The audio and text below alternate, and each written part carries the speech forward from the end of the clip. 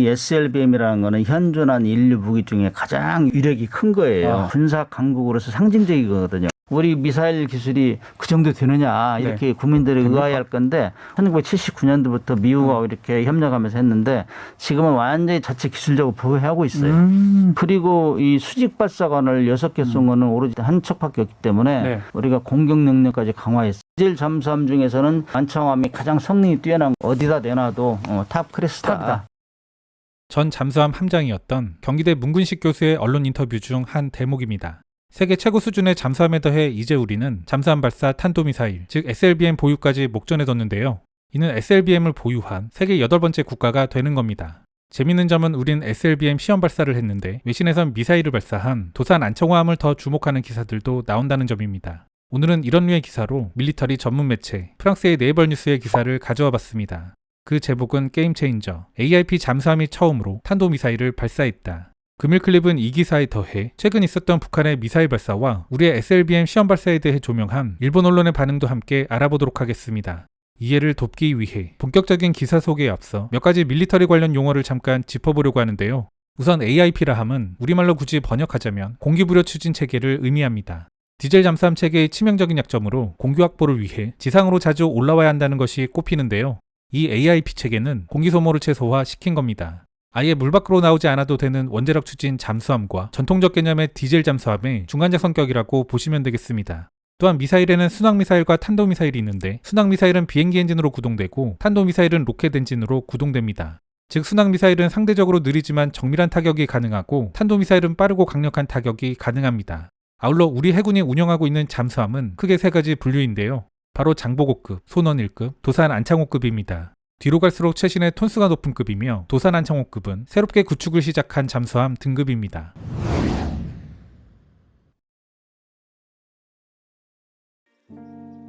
한국이 신형 도산 안창호급 AIP 탑재 잠수함에서 탄도미사일을 시험 발사했다.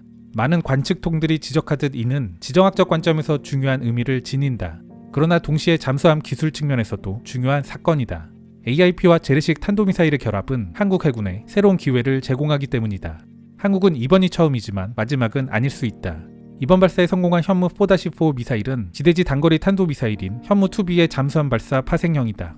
이는 북한의 잠수함 발사 탄도미사일 프로그램에 대한 직접적인 대응책으로 보인다. 북한의 SLBM인 북극성은 사거리가 1000km를 넘고 핵을 장착할 수 있다. 남한과 북한의 SLBM 프로그램의 한 가지 결정적인 차이점은 잠수함이다. 도산 안창호급 잠수함은 새로울 뿐 아니라 최첨단의 잠수함 기술을 대표한다. 이 잠수함은 한국 조선사인 대우조선해양이 개발했는데 이 회사는 과거 독일에서 도입한 잠수함 건조에 대한 광범위한 경험을 축적하고 있다. 그들은 또한 도산 안창호함 프로젝트를 위해 영국, 프랑스, 스페인 및 기타 주요 시스템 회사와도 파트너 관계를 맺었다. 이와는 대조적으로 탄도미사일 장착을 할 수 있는 북한의 잠수함은 구식이다. 이는 고래급으로 자체 건조되었지만 미사일 튜브는 하나만 탑재했다. 다만 현재 북한이 사용하고 있는 SLBM 탑재 잠수함은 고래급 이전급인 로미오급 잠수함을 개조한 것이다. 북한의 이러한 잠수함들은 1950년대 기술을 대표하며 도산 안창호 클래스보다 작고 시끄럽다. 그리고 탄도미사일을 추가하면 배터리 저장 용량의 절반가량이 희생되는 것으로 알려져 있으며 이로 인해 수중 내구성도 훨씬 더 제한될 것으로 보인다. 그러나 한국은 손원일급 잠수함도 AIP 체계를 사용해 오랜 기간 동안 잠수 상태에서 작동할 수 있다. 여기에 한국은 스스로 개발한 리튬이온 배터리 기술도 미래 잠수함에 결합될 것으로 보인다. 한국 국내 기업인 하나디펜스는 수년간 최첨단 해저전지 기술을 개발해왔다.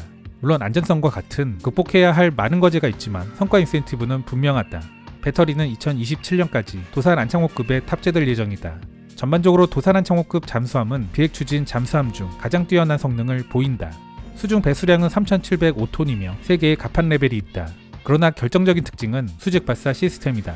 6개의 튜브가 AIP와 전통적인 추진기계 사이에 위치한다. 또한 수직 발사 장치는 현지에서 개발된 지상 공격 순항미사일과 호환된다. 한국이 보유한 현무3 계열의 순항미사일은 미 해군의 토마호크와 거의 동등하지만 초음속의 성능을 보인다. 참고로 잠수함은 물위에선 디젤 엔진으로 물속에선 축전된 전지로 움직이는데요. 이 때문에 전지의 성능은 매우 중요합니다. 잠수함에 리튬 전지를 장착할 경우 기존 납축 전지에 비해 자막 능력이 2배 이상 늘어날 것으로 예측됩니다. 핵추진 잠수함이 아닌 상대적으로 작은 AIP 탑재 잠수함에서 탄도미사일을 발사하려는 한국의 프로젝트. 이곳이 성공적으로 평가된다면 다른 국가의 해군들도 한국의 뒤를 따를 수 있다. 이스라엘은 최근 독일제 잠수함에 수직발사관 탑재를 검토하고 있다. 그리고 인도 역시 미래 잠수함 사업에서 수직발사관을 장착할 수 있는 방법을 찾고 있는 것으로 알려졌다. 한국의 잠수함에 탑재한 미사일 체계는 잠재적으로 다양한 종류의 미사일을 활용할 수도 있다. 중국 역시 AIP가 장착된 잠수함에서 SLBM을 테스트했다.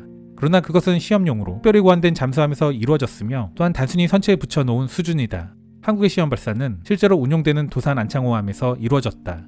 한국의 잠수함은 이제 세계에서 가장 강력한 재래식 동력, 무장 잠수함이 됐다. 그리고 동시에 이러한 미사일 발사 체계가 잠수함의 기본 능력을 위협하지도 않는 것으로 보인다.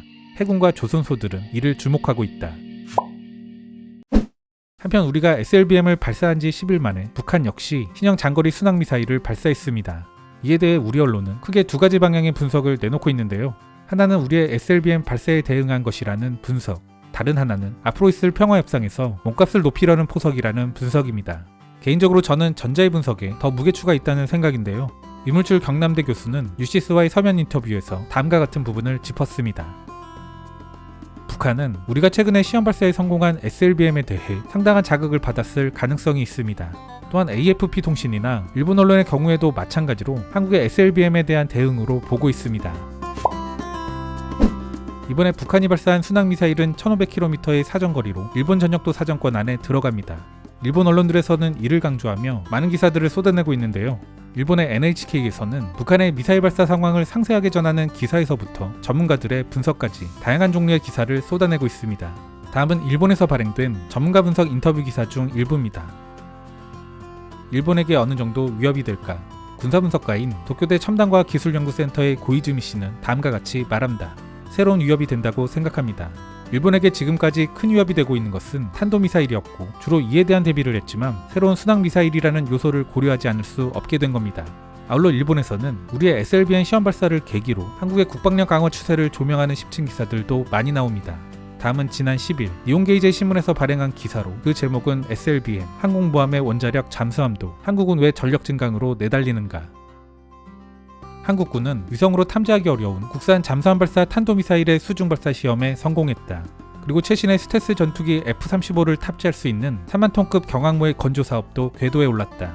이뿐 아니라 정치권을 중심으로 원자력 잠수함 보유를 요구하는 목소리까지 강해지고 있다. 한국의 2022년 국방비는 21년 대비 4.5% 증가한 55조 2277억 원. 이는 일본과 비슷한 수준이다.